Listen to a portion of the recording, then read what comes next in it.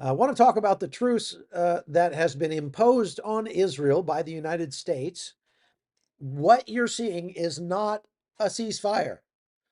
CNN is calling it a ceasefire. Fox News is calling it a ceasefire. Everyone's calling it a ceasefire.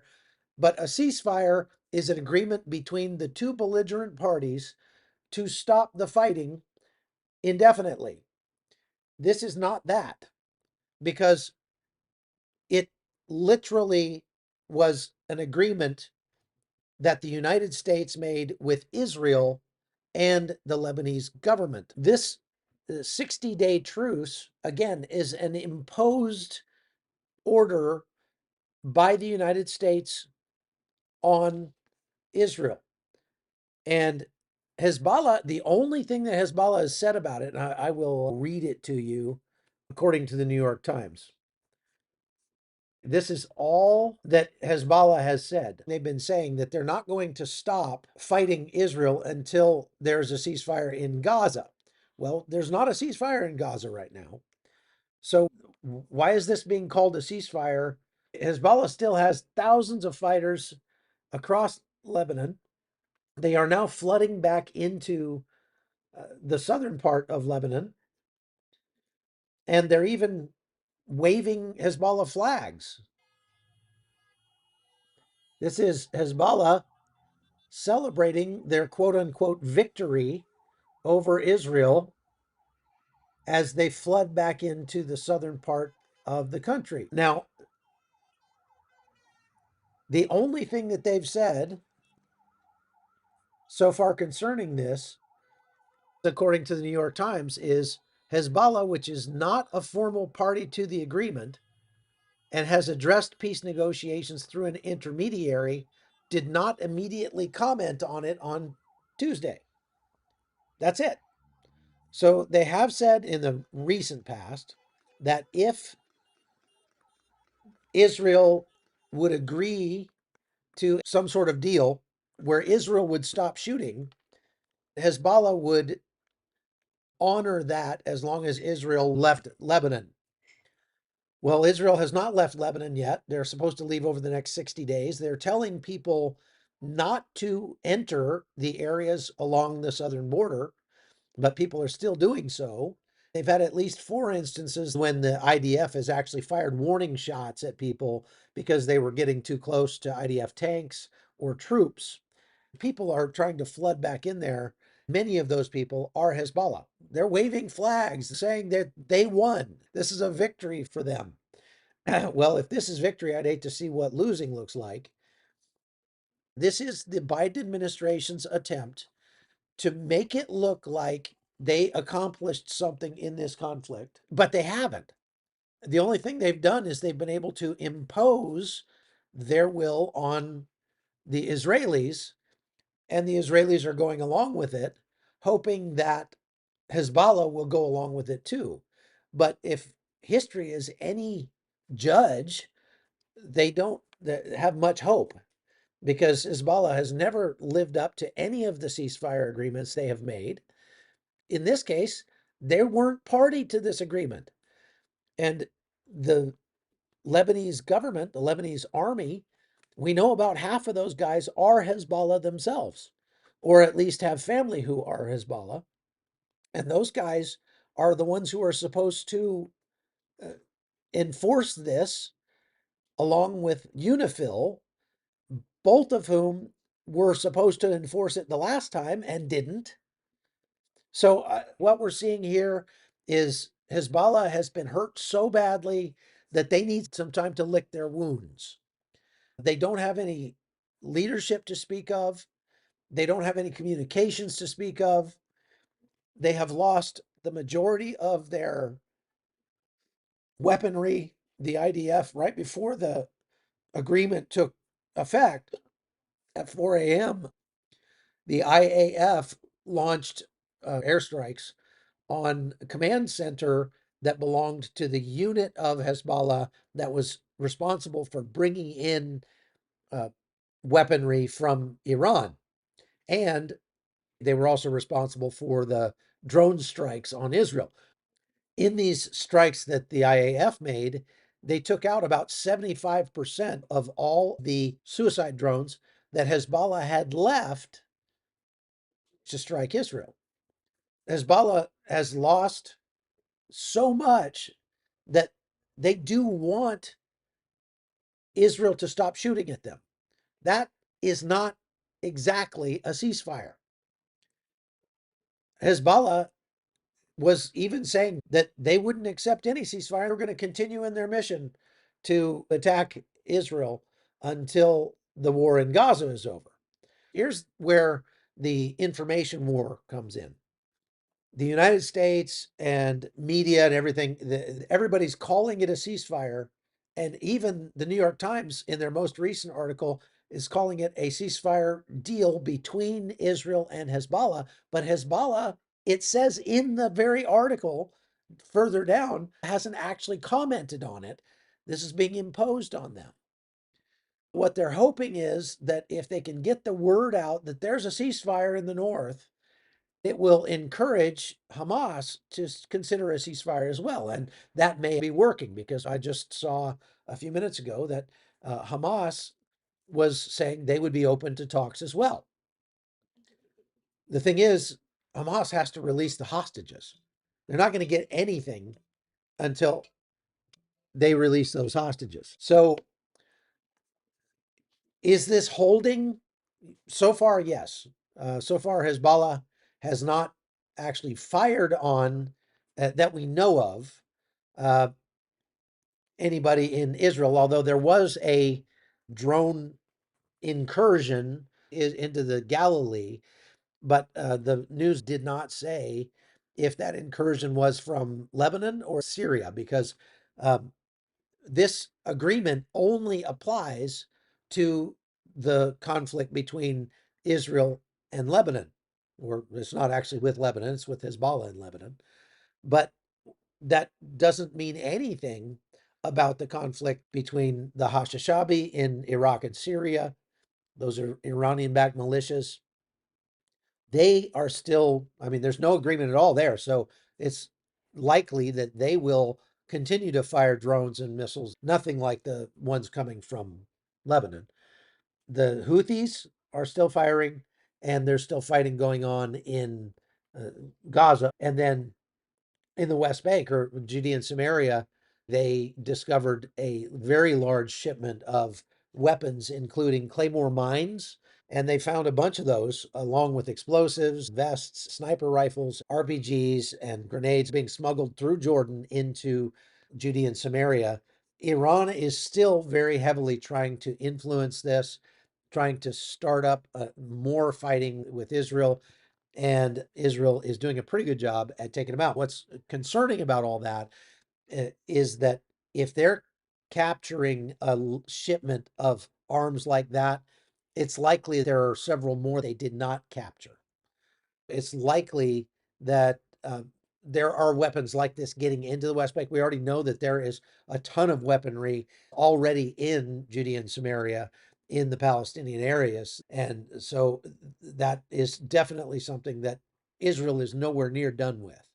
Attacks from Syria, drone attacks from Iraq, missiles and drones from Yemen, everything else, missiles out of Gaza. That's still on the table. That there's no agreement that has anything to do with anything other than Lebanon.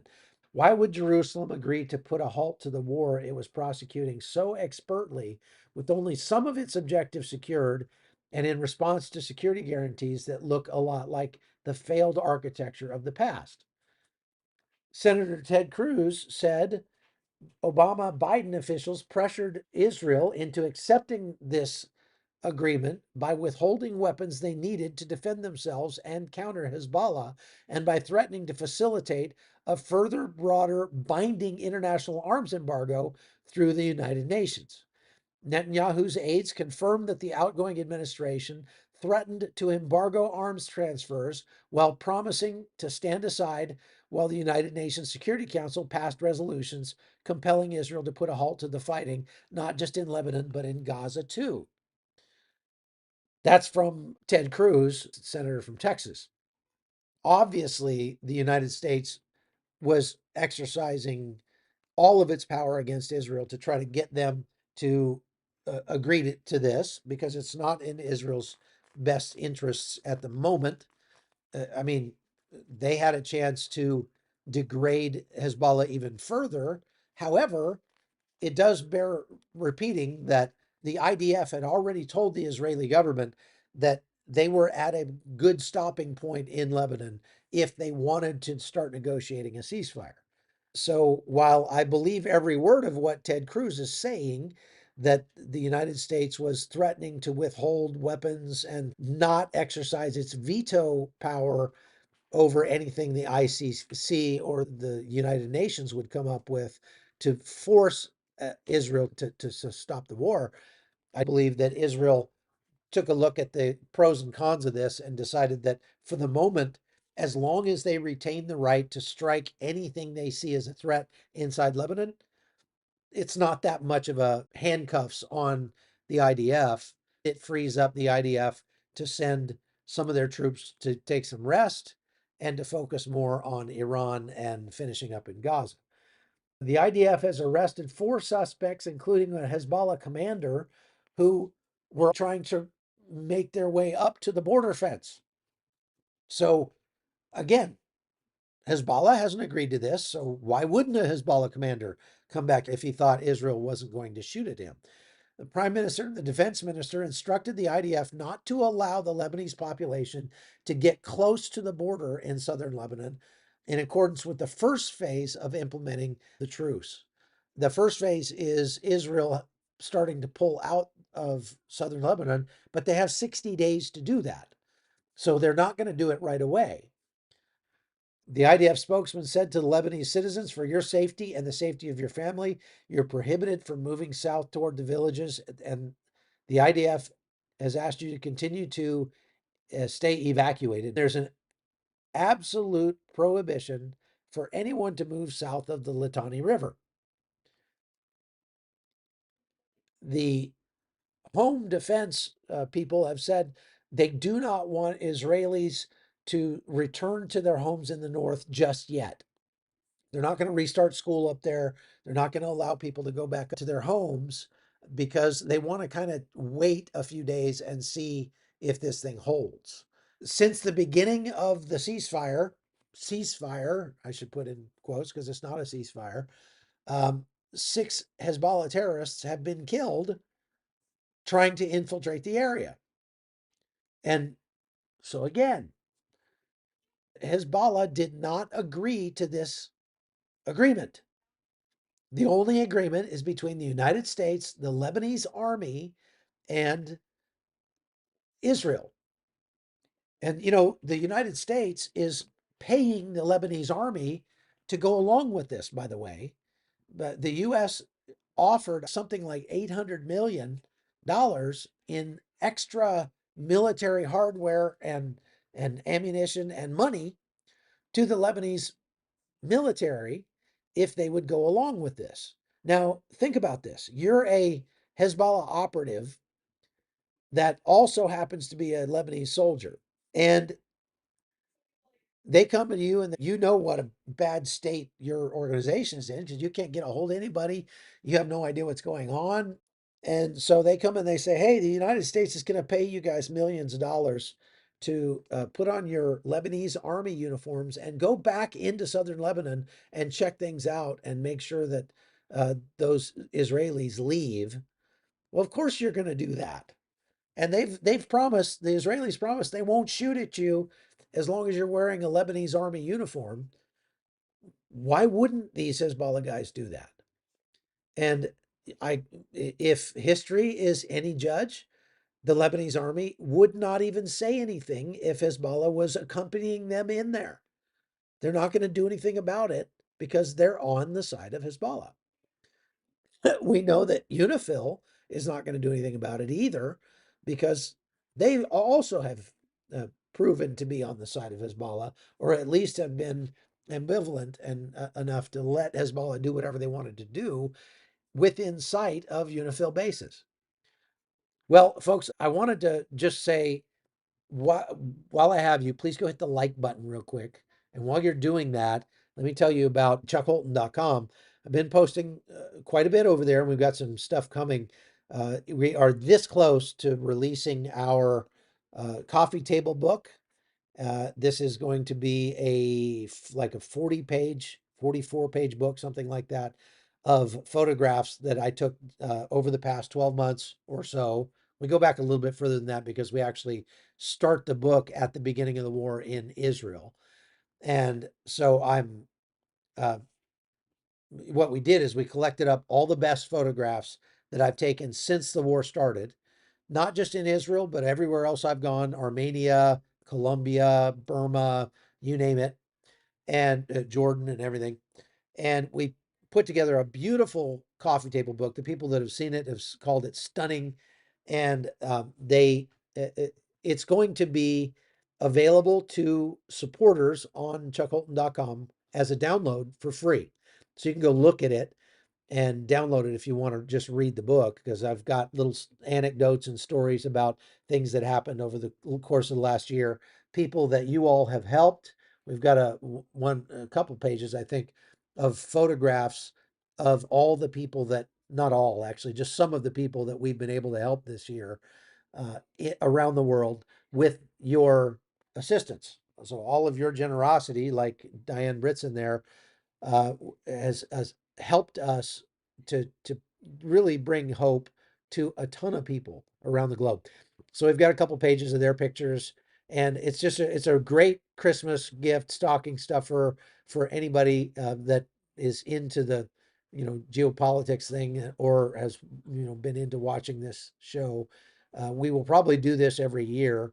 But we thought about coming out with a calendar, but me and a speedo, it just doesn't quite work, So instead, we just put together a bunch of pictures I took of other people, and you're gonna love it. Yeah. So we are going to be putting the link to that up very shortly. I think maybe tomorrow is the idea, and then you'll be able to order it and get hard copies if you want by Christmas. And that was the idea behind this. So it'll be available, like I said, as a free download to all the supporters on on Locals, and anybody that wants a hard copy can go and click the link and go purchase it and get it hopefully by Christmas. Okay, so I'll encourage you to be looking for that.